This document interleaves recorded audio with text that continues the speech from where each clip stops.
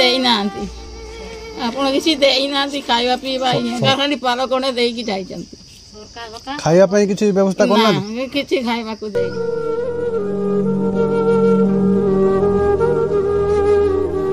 ପବନ ଆସିଲେ ଚଳକ ମାରିଦେଲା ଆଉ ଚଳକ ମାରିଦେଲା ସେ କୋଣରେ ମାରିଦେଲା କୋଣଟା ଗଲା ଆଉ ଆମକୁ ଟିକେ ସହଯୋଗ କରନ୍ତୁ ଖାଇବା ପିଇବା ଟିକେ ଆମକୁ ଅନୁଦାନ କରନ୍ତୁ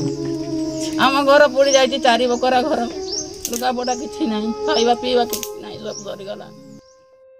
काला बैशाखी जनित वर्षा विभिन्न स्थान में लगी रही कांकड़पाड़ा पंचायत चटकीपसी ग्राम में काला बैशाखीर कराल रूप देखा शुक्रवार संध्या 4टा समय यही ग्राम में अचानक प्रबल पवन सहित घड़घड़ी और बिजुली होता गाँव मुंडा साहिर 2 भाई राम मुंडा और निजाम मुंडा को यही भयंकर वज्रघात बासहीन कर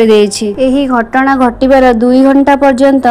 दमकल बाहिनी घटनास्थल में पहुंची न पारि घर संपूर्ण पोड़गला बोली घर मालिक दुखर सह प्रकाश करछंती। काली वर्षा घड़घड़ी प्रबल वर्षा जुगुरु घड़घड़ी माइला तो घर उपर ही पड़ा जेहेतु घर भर आम समस्ते जमी मारी आम समस्त घर बाहरी पड़ी आस घर बाहर जेहेतु निआ लगिगला आम धैर्य हरा गलु समस्ते डरी मरी जनी आईगलु किसी पार्लुना जिनस पतर भी रहीगला सब भितर आ खाली मनीष गुरा बाहर पड़ी आसे आ कि ना दमकल फोन कराला बहुत लेट्रे भी आसिले दमकल जदि भी लेट्रे आसिला जदि पूर्व आसता बहुत लेट्रे बहुत विलम्बर घंटाटे 2 घंटा पाखापाखि सकाळ खंडे जो पखाड़ थिला राति से खाई शोचु एपर्यंत भी खाଇବା पीवा किसी नहीं छुआ गुरा या ता घरे पखाड़ खंडे खंडे खाई आ कि सरपंच आसते सरपंच आसी पाल जरी पाल खंडे देकी पड़े खाଇବା किसी नुह जो नुआ सरकार आमर आसी से सरकार तरफ कई आसी ना कहीं आसी ना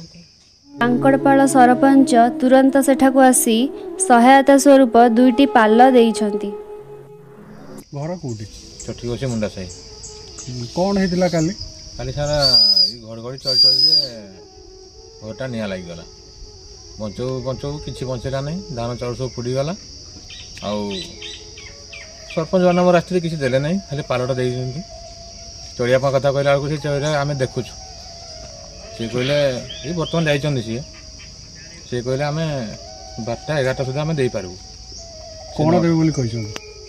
खायापी जहाँ चुआ कर देवे कहले तो काली रोषे बंद अच्छी रोषे बंद अच्छी सकाल आस नास्ता फस्ता किसी देना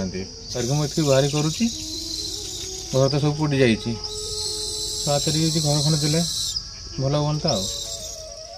सेहीपरि गतकाली अपराह्न झड़ वर्षा जोगु कांकड़पाड़ पंचायत गरामिया गाँवर अरुण नायक आजबेस्टस घर उपरे गछ डाल भांगी पड़ा फल तांकर आजबेस्टस भांगी जाइतिला घर भितर केही नथिबारु कोनोसी क्षयक्षति होई नथिबा जणा पड़िछि। अद्यावधि प्रशासन पक्षरु कोनोसी सहाय्य सहयोग मिली नाही। यथाशीघ्र एही 3 परिवार को सहाय्य सहयोग जगाई देबाकू प्रशासन अधिकारी को परिवार सदस्य माने गणमाध्यम रे अनुरोध करछंती। अरुण नायक घर प्रबल बेगरे बात्या भाई आसला गचर डाल भांगी घर उपरे कचाड़ देला जहाँफल टाइल आजबेस्ट 3 खंड नष्ट हो जाए